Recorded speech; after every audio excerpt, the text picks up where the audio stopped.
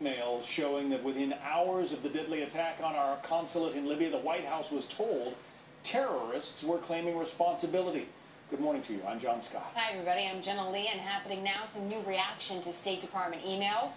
Just now seeing the light of day. This information went out to about 400 top national security, military, and diplomatic officials, almost in real time, as this attack that you're seeing on your screen was happening. It's raising some serious new questions about what the White House knew and when, and why the administration would claim days afterwards that the attack was a spontaneous reaction to a film. Chief Intelligence Correspondent Catherine Herridge is live on this in Washington. So, Catherine, certainly we've looked at a lot of emails over the last few weeks. What is so significant about these? Well, Jenna, these new documents, first obtained by Fox News, appear to be among the most significant we have seen to date on the Libya scandal, as the email traffic takes the real-time information on the attack and those suspected of being responsible inside the White House Situation Room. This brings the National Security Advisor Tom Donilon, the Director of National Intelligence, the nation's most senior intelligence official James Clapper, and White House Counterterrorism Advisor John Brennan directly into the loop, as they would be cleared on this email traffic. The fourth key player here, of course, is the CIA Director David Petraeus.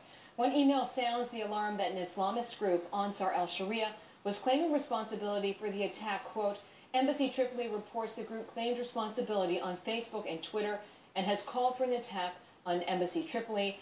These new emails are part of a growing body of evidence which makes some question why the administration's initial assessment pointed to that video and has created more confusion with lawmakers on Capitol Hill. What has bothered me and other members of the Intelligence Committee from day one is that we got pushback both from the White House as well as the intelligence community early on, and we couldn't figure it out. I mean, it was really strange because they never do that.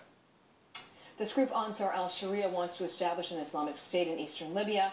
Later, in a news conference in Libya, the group publicly denied responsibility, though our reporting here at Fox indicates that the attack was a joint operation of Ansar al-Sharia and elements of al-Qaeda in North Africa, Jenna. So, Catherine, what is the White House response at this time? Well, early this morning, the spokesman for the National Security Council, Tommy Vietor, replied in a rather testy email that this was more of the same and that the emails about the attack in real time did not amount to intelligence assessments. And a short time ago, the White House spokesman telling reporters on Air Force One, quote, there was a variety of information coming in. The whole point of an intelligence community and what they do is to assess strands of information and make judgments about what happened and who was responsible. What is implicit in that statement is that the immediate intelligence that pointed to terrorism was dismissed by the White House, and this is an act of commission, not an act of omission, Jenna. Certainly a lot more to talk about here. Catherine, thank you very much for that. We're watching a couple things now. Secretary of State Hillary Clinton is going to be holding a joint press conference in just a little while. She's having a meeting right now with the Brazilian foreign minister. There's a live look at what's happening at the State Department. Even though they have their own agenda when they come out and answer questions, there might be some questions about this latest news, so we're going to be watching that press conference for you. In the meantime, we also are going to speak with former U.S. Ambassador to the UN, John Bolton, about what this new information is revealing about this story, what's the significance, and what's really next. Some big questions ahead here on Happening Now.